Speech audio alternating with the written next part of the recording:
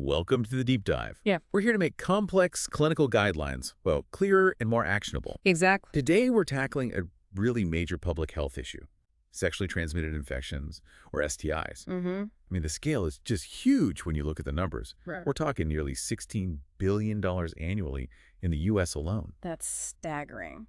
And what really hits home is who is most affected. About half of all new infections, they're in young people, ages 15 to 24. Yeah, and that combination of high rates, the cost, and potential long-term problems like, infertility, it makes this essential knowledge for advanced practitioners. Definitely.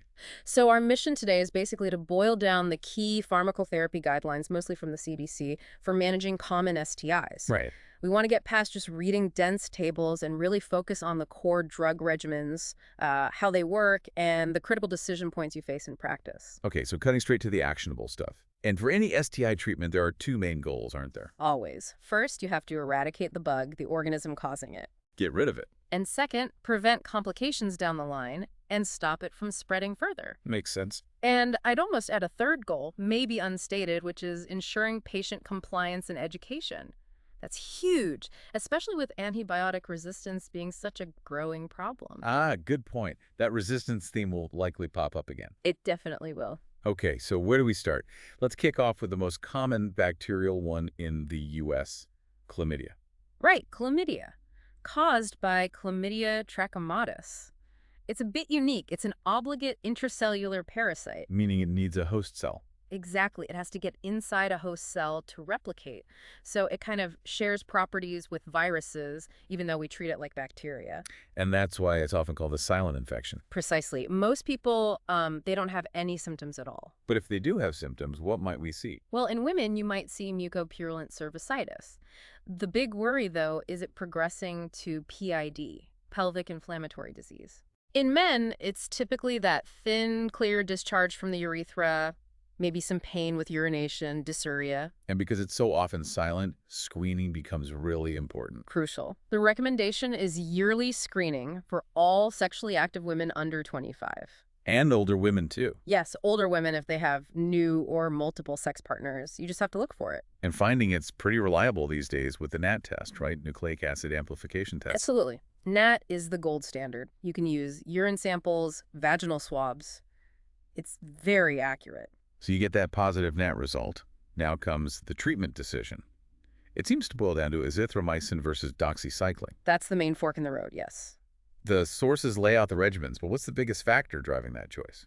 It really comes down to adherence or maybe the risk of non-adherence. Oh, okay. Explain that. Both drugs work very well. But azithromycin, which is a macrolide, is just a single 1-gram dose, one pill, done. So if you have any doubt that the patient might not finish a full week of pills, azithromycin is the safer bet because they got the full treatment right there in the clinic. Guaranteed compliance. How does it work? It binds to the bacterial ribosome and blocks protein synthesis, stops the bacteria from making essential proteins. So, azithromycin for compliance, even if it costs a bit more initially, what about doxycycline? Doxycycline is generally less expensive, and it's been used for a long time. It's a tetracycline. Okay. But the regimen is 100 milligrams twice a day for 7 days. 7 days, that's the catch. Right. It also inhibits protein synthesis, similar mechanism. So the clinician has to weigh the cost savings against the very real risk that the patient might feel better after, say, 3 days and just stop taking it. Then the treatment fails. Got it. Okay, before we leave chlamydia, what about alternatives? Yeah. The really critical issue of pregnancy. Yeah, alternatives are usually for specific situations like treatment failure or allergies. You might use an older macrolide like erythromycin. But that one has side effects. More GI upset, yeah, and it's generally not quite as good. Or you could use certain fluoroquinolones like afloxacin or levofloxacin. They work differently by blocking DNA gyrase, stopping DNA synthesis. Okay. But the absolutely critical point, especially for advanced practice, is pregnancy. Doxycycline and afloxacin are definite no-goes, contraindicated. So what do you use in pregnancy? The go-to regimens are either that single 1-gram dose of azithromycin or amoxicillin 500 milligrams 3 times a day for 7 days. Amoxicillin. Okay. And one specific warning. Avoid erythromycin estolate in pregnancy. There's a known risk of liver toxicity, hepatotoxicity. Good flag. Okay, that focus on adherence and resistance really sets us up for gonorrhea. It does indeed. Second most common STI. And with Neisseria gonorrhea, the rule is dual therapy. Mandated. Why is that?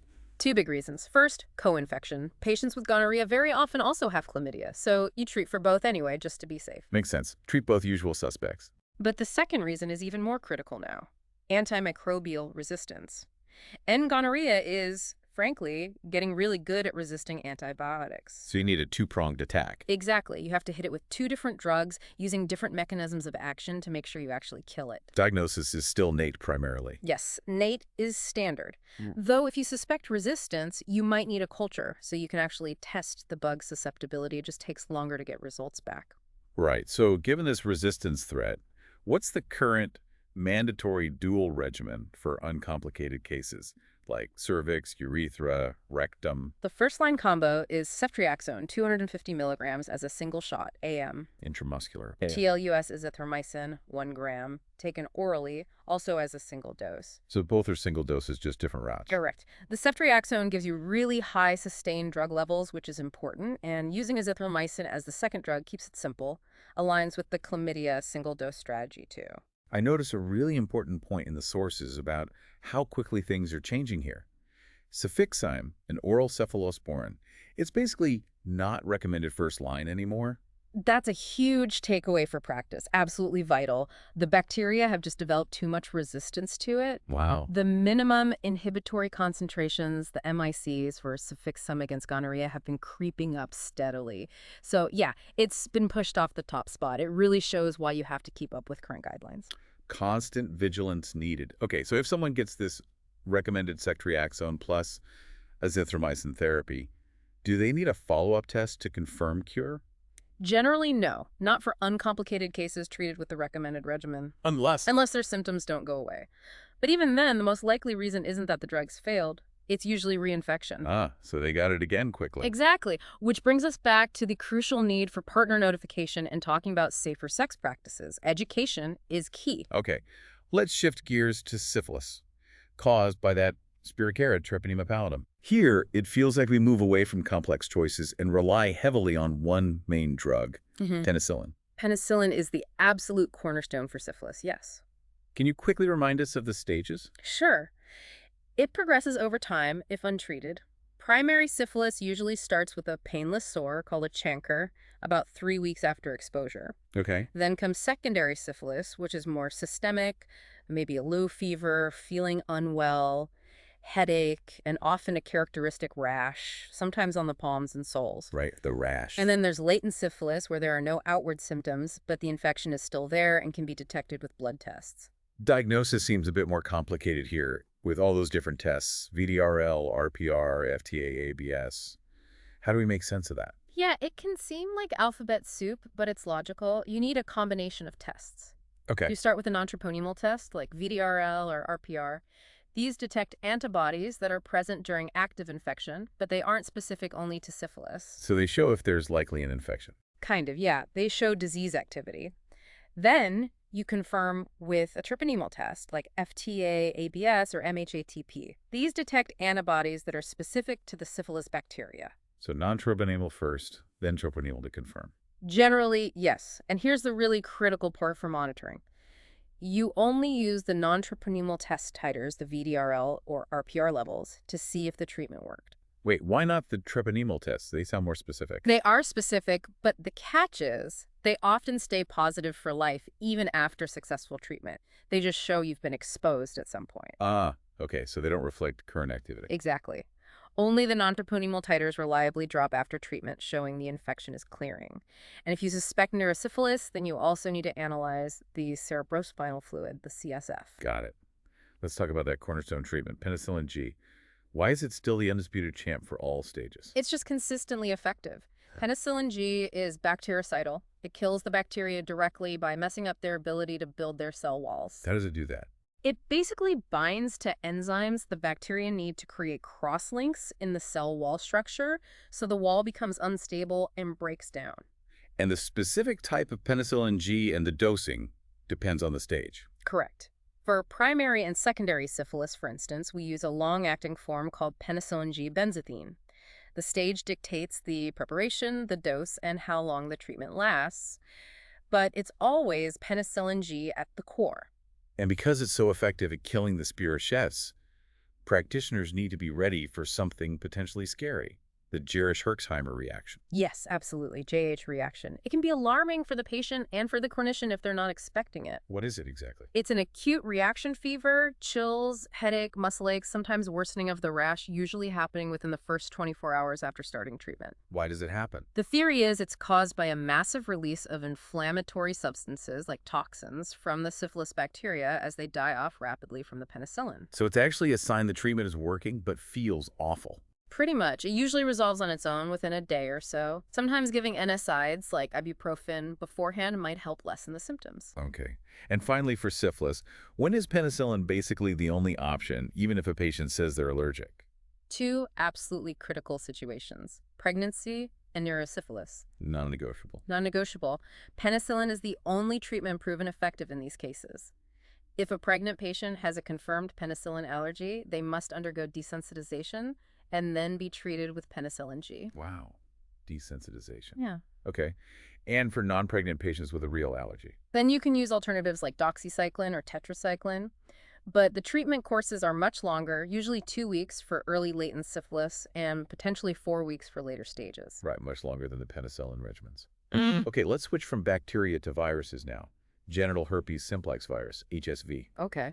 The whole approach changes here, doesn't it? We're talking control, not cure. That's the fundamental difference, yes. HSV, caused by either type 1 or type 2, is extremely common, maybe the most prevalent cause of genital ulcers. And it sticks around. It does. The virus hides out, stays dormant in nerve cells, and then reactivates periodically. These recurrent episodes are usually less severe than the very first one, but they happen. So since we can't actually eliminate the virus, Our goals shift entirely to managing symptoms during an outbreak and trying to reduce how often outbreaks occur and also reducing the risk of transmission to partners. what are the main drugs we use for this? The antivirals. Yes, the mainstays are 3 systemic antivirals: Acyclovir, Valciclovir, and Famciclovir. And how do they work? They all work similarly by inhibiting viral DNA replication. When the virus becomes active and tries to make copies of itself, these drugs essentially jam the copying machine. Okay. I noticed Valciclovir and Famciclovir are mentioned as prodrugs. What does that mean? It means they're inactive when you take them, but the body converts them into the active drug Acyclovir in the case of Valciclovir and Penicillin for Famciclovir. Any advantage to using those? Yes, generally they have better bioavailability, meaning more of the drug gets absorbed.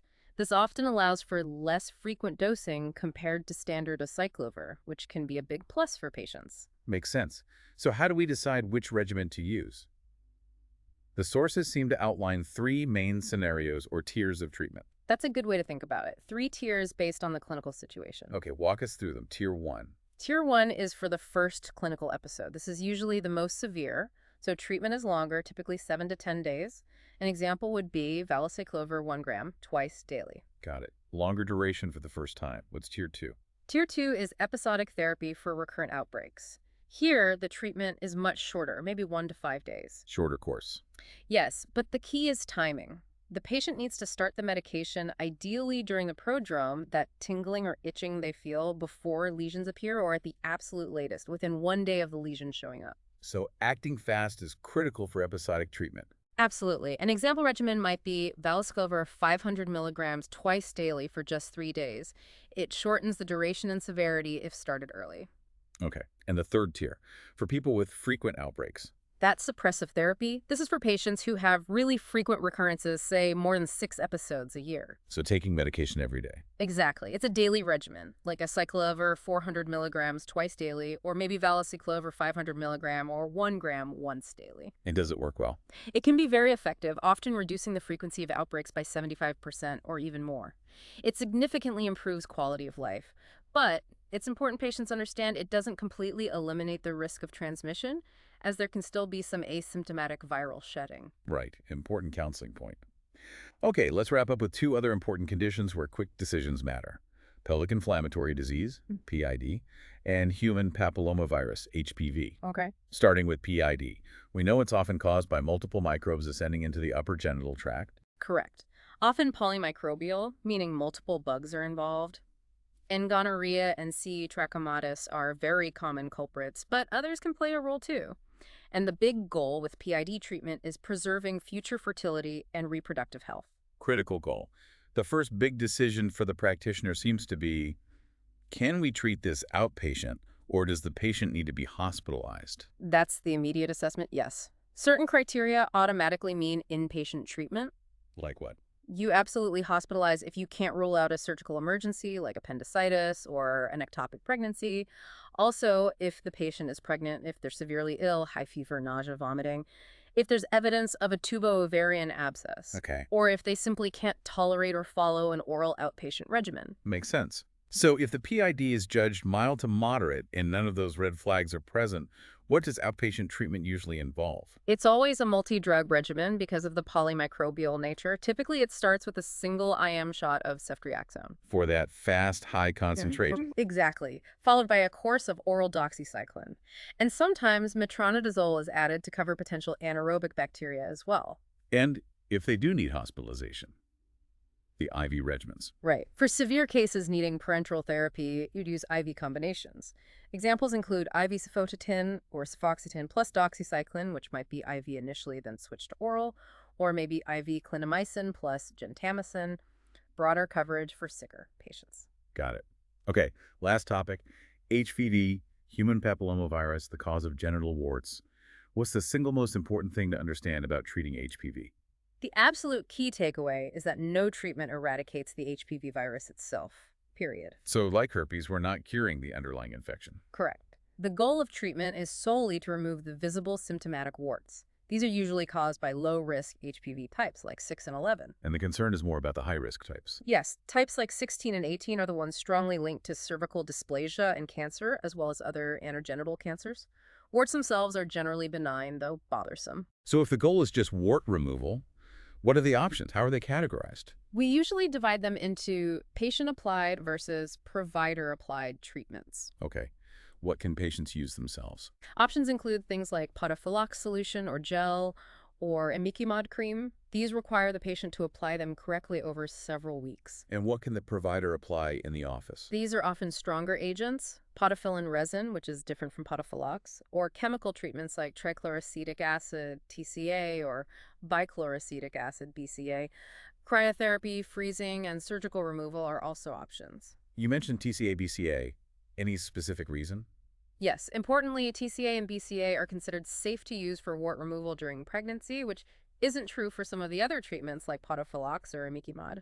Good to know. But really, while treating warts is one aspect, the biggest impact regarding HPV comes from something else. Prevention, absolutely. Vaccination is the game changer for HPV. Tell us about the recommendations.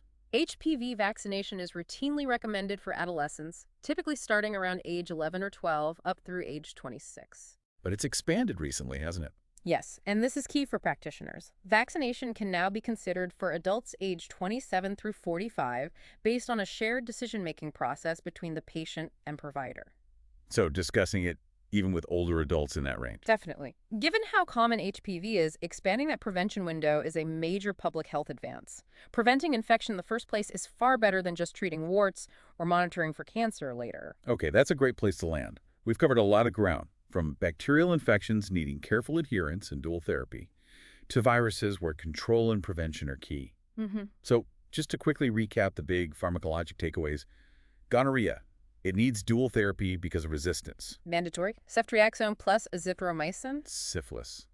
Penicillin G is king for all stages, even needing desensitization in pregnancy. The absolute cornerstone. And for viruses like herpes and HPV, the focus shifts away from cure towards symptom control, recurrent suppression, and crucially prevention through vaccination for HPV. Exactly. And maybe one final thought to tie this back to everyday practice. Remember, STIs often travel together. Right, co-infections.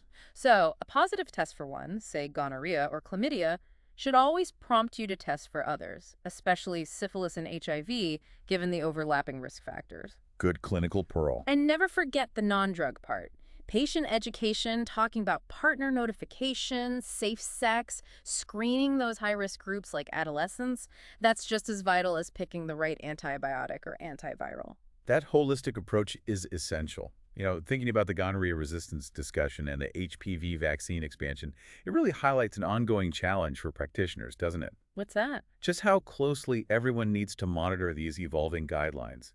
Things change fast with infectious diseases and resistance. Staying current isn't just best practice, it's essential for effective care and for being good stewards of the antibiotics we still have. Couldn't agree more. It requires constant learning and adaptation. Well, thank you for joining us for this deep dive into STI pharmacotherapeutics. We hope breaking down these guidelines helps you in your advanced practice. From the Last Minute Lecture team, thanks for listening.